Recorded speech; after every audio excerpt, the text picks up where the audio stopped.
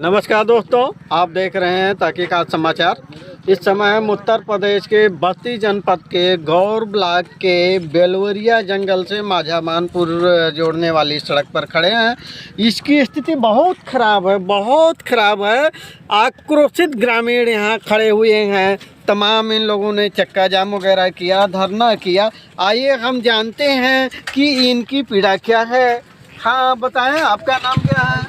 मेरा नाम सुभाष चौधरी, मैं ग्राम प्रधान हूँ इस समय। हाँ, ये विगत 2009 से सड़क बनी थी, ये जो पुल बना था तब से लेकर, तभी सड़क बनी थी, तब से लेकर के अब तक इस सड़क के लिए बार बार धरना प्रदर्शन किया गया, लेकिन किसी जनप्रतिनिधि का ध्यान इधर नहीं गया। और पूरा गांव बाढ़ के समय में पूरे जिला मुख्यालय, ब्लॉक मुख्यालय, यहाँ तक कि मतलब जितने भी कार्य हैं, ये गांव टापू बन जाता है और सारे एकदम संपर्क, मात्र यही एक रास्ता है गांव से निकलने का।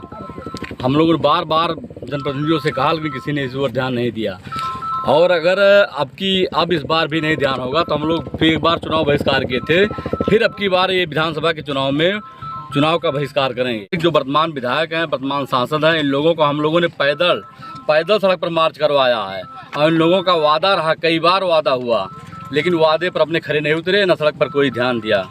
यानी अब की बार अगर ये चुनावी मुद्दा कोई नेता बनाता है तो आप निश्चित है आप लोग चुनाव का बहिष्कार करेंगे क्या? निश्चित रूप से हम लोग चुनाव का बहिष्कार किए थे। प्रशासन एसडीएम हरैया के दबाव में, बड़ी मनौवत के बाद पूरे गांव के लोगों ने बहिष्कार को ख़त्म किया था, लेकिन अब की बार हम लोग चुनाव के समय बहिष्कार करेंगे और बहिष्कार ख़त्म नहीं होगा जब तक समस्या का निदान नहीं हो जाएगा। तो समस्या का पहले निदान करावें, तब माझा मानपुर में वोट मांगने आवें। जी, हम लोग का भरोसा ही उठ गया है बिल्कुल। चुनाव से पहले अगर कोई करा देता है तो हमको विश्वास है, क्योंकि जो हमारे वर्तमान विधायक जी हैं, विधायक जी से हम लोग सवाल रखे। विधायक जी बोले कि ये माझा मानपुर हमारे दिल में बसा हुआ है। जिस दिन वोटिंग हो रहा था उस दिन विधायक जी आए थे, ना पहले आए ना आज तक आए। ये इस तरीका से उनके दिल में बसा हुआ है। किस तरीका से दिल में बसा हुआ है माननीय विधायक जी के, आप लोग को यह सड़क देखकर मालूम होगा।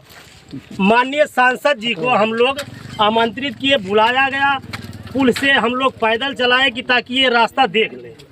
माननीय सांसद जी वादा किए कि साल भर के अंदर यह कार्य हम करवा देंगे, फिर भी नहीं हुआ। हम लोग जिला स्तर पे जहां तक हो सका तहां तक ज्ञापन देकर थक गए हैं। स्थिति रोड का आप लोग देख रहे हैं। इसके अलावा हम लोग का जाने का कोई दूसरा मार्ग नहीं है। अगर 4-6 किलोमीटर दूरी घूम कर जाने के लायक कोई मार्ग होता तो घूम के हो लेते। बच्चों की स्थिति आप लोग देख रहे हैं।